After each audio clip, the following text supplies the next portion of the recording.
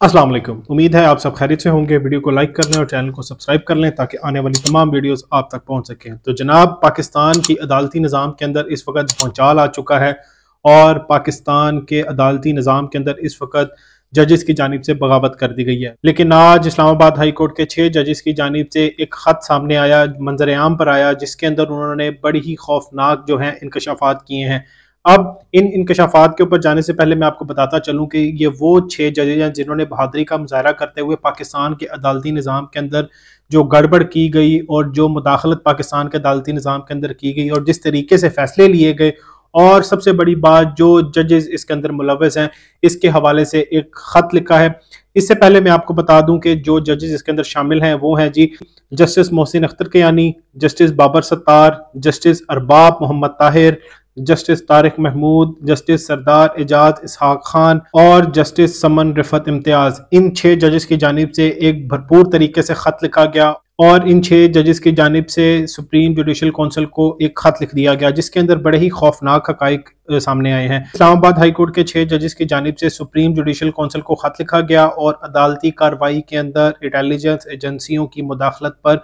उनके खिलाफ कार्रवाई का मुतालबा किया। अब मुतालबा तो उनकी जानिब से कर दिया गया, लेकिन जो उस खत के अंदर इन्होंने बातें लिखी हैं यकीनन ये बड़ी ही खौफनाक है। इस्लामाबाद हाई कोर्ट के 6 जजेस ने अपने खत में लिखा कि इमरान खान के खिलाफ टैरियान वाइट केस से जजेस की राय में इख्तलाफ का आगाज हुआ। याद रहे, इमरान खान के खिलाफ टैरियान वाइट का केस अदालत के अंदर समाअत के लिए मुकर्रर किया गया था और ये chief justice Islamabad high court Aamir Farooq की जानिब से काबिल समाअत करार दे दिया गया था, जबकि केस नाकाबिल समाअत करार देने वाले जजेस पर ISI के ऑपरेटिव्स की जानिब से उनके रिश्तेदारों और इनके दोस्तों के जरिए बेहद प्रेशर डलवाया गया। ये मामला chief justice Islamabad high court और फिर उस वक्त के चीफ जस्टिस ऑफ पाकिस्तान के सामने रखा गया। चीफ जस्टिस पाकिस्तान ने कहा उन्होंने ISI के DGC से बात कर ली है, आइंदा ऐसा नहीं होगा, लेकिन फिर भी ये सिलसिला रुक नहीं सका। ये सब कुछ आपको मालूम है कि जो टैरियान वाइट का केस था जो इमरान खान के खिलाफ दायर किया गया था, आपको याद होगा कि जी 2 जजेस की जानिब से कहा गया था कि जी ये केस काबिल समाअत नहीं है, लेकिन chief justice Islamabad high court की जानिब से इसको काबिल समाअत करार देकर कोशिश की गई कि समाअत के लिए मुकर्रर किया जाए। लेकिन उसके बाद आपने देखा कि जिस तरीके से इस टैरियान वाइट केस के अंदर इमरान खान को कामयाबी हासिल हुई थी और उसके फौरन बाद ही chief justice Islamabad high court की जानिब से बेंच भी तोड़ दिया गया था, क्योंकि उन जजेस ने दबाव लेने से इनकार कर दिया था और उसके बाद उस केस का दोबारा से आगाज कर दिया गया था नए बेंच के साथ। इसके अलावा इस्लामाबाद हाई कोर्ट के 6 जजों ने खत में मजीद लिखा, मई 2023 में इस्लामाबाद हाई कोर्ट के एक जज के बहनोई को यूनिफॉर्म पहने हुए लोगों ने अगवा किया, तशद्दुद किया, इलेक्ट्रिक शॉक्स दिए, वीडियो बयान रिकॉर्ड कराने के लिए मजबूर किया। जज के खिलाफ सुप्रीम जुडिशल काउंसिल में रेफरेंस दायर करके मीडिया पर मुहिम चलवाकर इस्तीफा देने के लिए प्रेशर भी डाला गया। इस्लामाबाद हाई कोर्ट के जजेस मजीद लिखते हैं कि 3 मई को मातहत अदालतों के इंस्पेक्शन जज ने chief justice Islamabad high court को बताया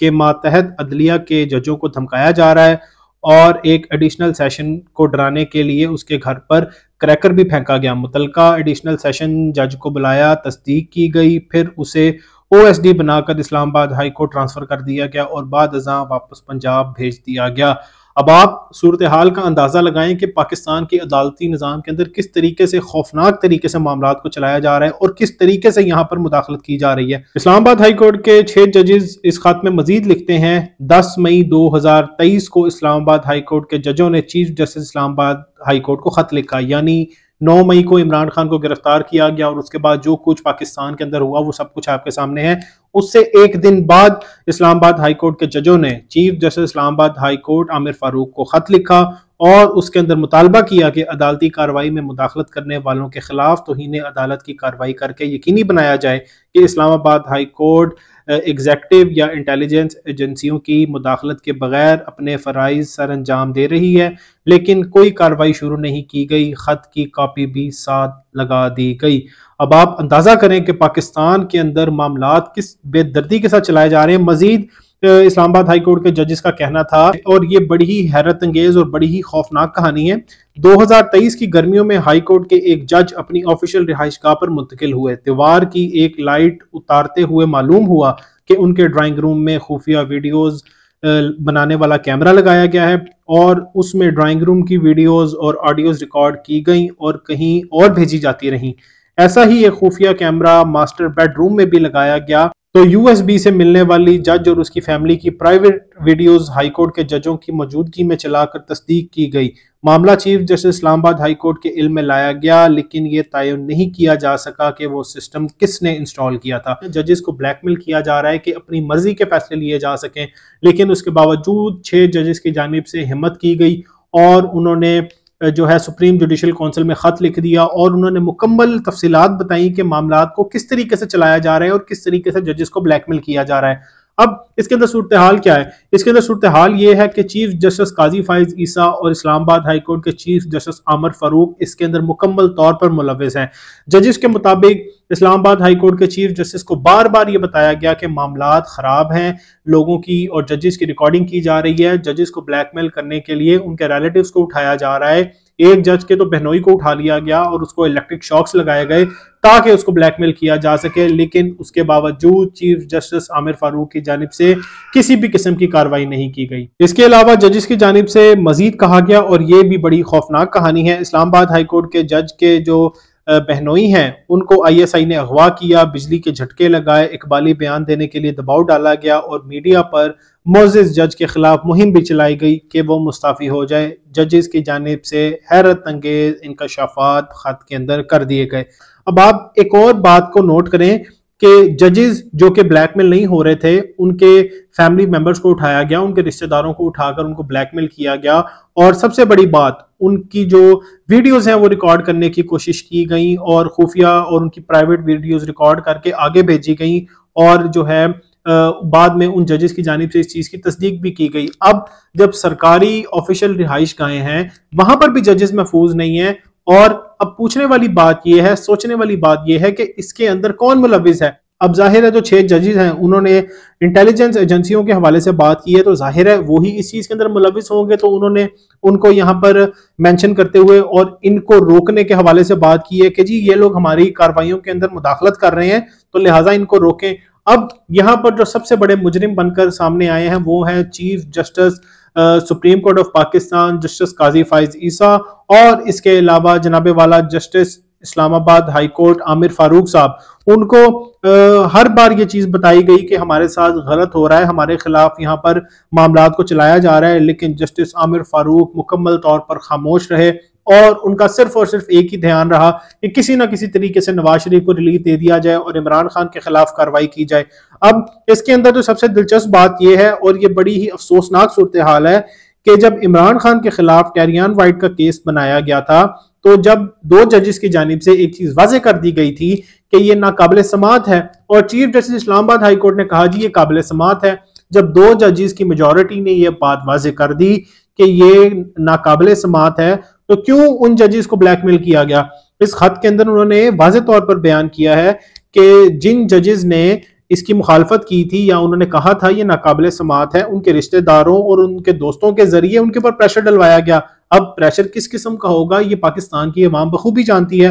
तो आप अंदाजा करें इमरान खान के खिलाफ फैसले लेने के लिए भी जिस तरीके से जजेस के ऊपर दबाव डलवाया गया होगा वो हम बिल्कुल भी नहीं सोच सकते। जाहिर है यहाँ पर एक चीज और वाजे की गई है कि जी एक जज के किसी रिश्तेदार को उठा लिया गया और उनके ऊपर तशद्दुद किया गया और उनको इलेक्ट्रिक शॉक्स दिए गए, तो ये गुफ्तगू और ये बातें बड़ी ही अहम है और बड़ी ही खौफनाक है, जिसकी इंक्वायरी करनी होगी। जिसके बाद 6 जजेस की जानिब से मुतालबा किया है जुडिशल काउंसिल को खत लिखकर कि जी इनके खिलाफ कार्रवाई की जाए और इनकी मुदाखलत को रोका जाए। अब देखना यह है कि किस तरीके से इनकी मुदाखलत को रोका जा सकता है, लेकिन जजेस की जानिब से भी एक कन्वेंशन बुलाने का मुतालबा किया गया है और उन्होंने कहा है कि मजीद बातें उस कन्वेंशन के अंदर की जाएंगी जहां पर पाकिस्तान के तमाम बड़े जजेस मौजूद होंगे, छोटे जजेस मौजूद होंगे और उनके सामने बाकी जो मामलात हैं वो रखे जाएंगे। लेकिन जो खत उनकी जानिब से लिखा गया है ये बड़ा ही खौफनाक है और इससे अंदाजा होता है कि पाकिस्तान के अदालती निज़ाम के अंदर किस तरीके से प्रेशराइज कर फैसले लिए जाते हैं।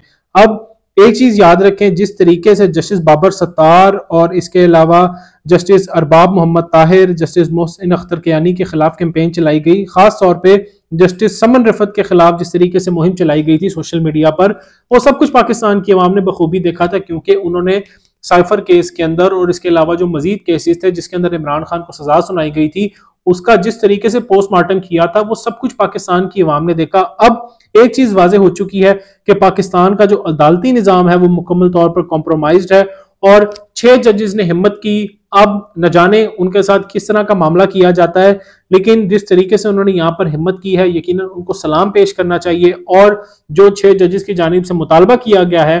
कि सुप्रीम जुडिशल काउंसिल के अंदर उन्होंने खत लिखा है जी कि जो हमारे मुदाखलत की जा रही है कार्रवाइयों के अंदर, इसका नोटिस लिया जाए। अब देखते हैं कि मामलात किस तरीके से चलते हैं, क्या उनके खिलाफ कार्रवाई होती है या नहीं। लेकिन जिस तरीके से उन्होंने खत लिखा है, एक चीज वाज़ेह हो चुकी है कि जनाब पाकिस्तान के अंदर इंसाफ अपनी मर्जी से लिया जा सकता है। उसकी मिसाल आपके सामने है कि जिस तरीके से जस्टिस आमिर फारूक ने नवाज शरीफ के केसेस को खत्म किया और उनको बरी किया, वो सब कुछ आपके सामने है। अमला जो था अदालत का, वो एयरपोर्ट पहुंच गया जी कि आप यहाँ अंगूठा लगाएं, आपको इस्लामाबाद हाईकोर्ट आने की जरूरत नहीं है, आप यहाँ के बादशाह हैं, आप यहाँ पर जब मर्जी आए और जब मर्जी जाएं, आप जनाबे वाला जा रहे हैं अपनी सजा माफ करवा के। तो लिहाजा इस हवाले से सोचना होगा। और आज ये पहला कतरा जो है उम्मीद का, वो सामने आया है कि आने वाले दिनों में मजीद जो है जजेस या मुख्तलिफ इदारों के जो लोग हैं वो इस हवाले से बात करेंगे। अब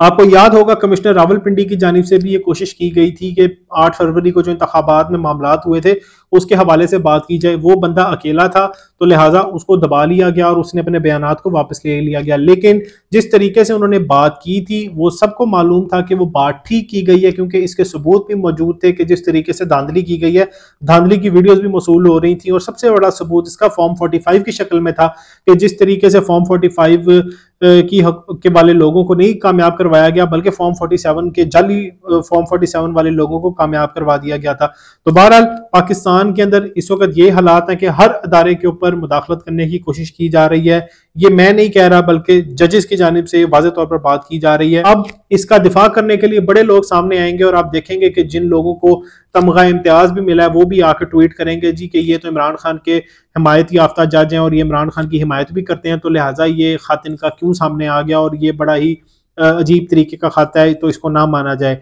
लेकिन जिस तरीके के इल्जामात, जिस तरह के इल्जामात लगाए गए हैं, अगर ये इल्जामात झूठे भी हैं तो इसकी तहकीकात होनी चाहिए, क्योंकि पाकिस्तान के अंदर ये रवाज बन चुका है कि किसी भी मामले की तहकीकात ना की जाए और उसके बगैर ही फैसला सुनाकर जो लोग हैं उनको सजाएं सुना दी जाएं। इसकी मिसाल आपके सामने है, 9 मई का वाकया करवाया गया, उसकी तहकीकात आज तक नहीं हुई, जबकि इमरान खान ये वाज़ेह तौर पर कहते रहे हैं कि जी 9 मई के वाकये की तहकीकात करवाई जाए, जबकि 9 मई के वाकये के अंदर इमरान खान और तहरीक इंसाफ के खिलाफ जो सलूक किया गया वो सब कुछ आपके सामने है। इमरान खान खुद कहते हैं कि अगर हम मुजरिम हैं तो इसकी तहकीकात करें, साबित करें, हम मान जाएंगे कि हम मुजरिम हैं, लेकिन उसकी तहकीकात नहीं करवाई गई। लेकिन एक चीज वाज़ेह है कि इससे तहरीक इंसाफ और इमरान खान का जो मुकदमा है वो मुकम्मल तौर पर साबित हो चुका है। और इमरान खान हमेशा से ये कहते आए हैं कि जस्टिस आमिर फारूक किसी भी सूरत इमरान खान के हक में फैसला नहीं सुनाएंगे, तो लिहाजा इमरान खान के केसेस को जस्टिस आमिर फारूक बिल्कुल भी ना सुने। और इमरान खान और तहरीक इंसाफ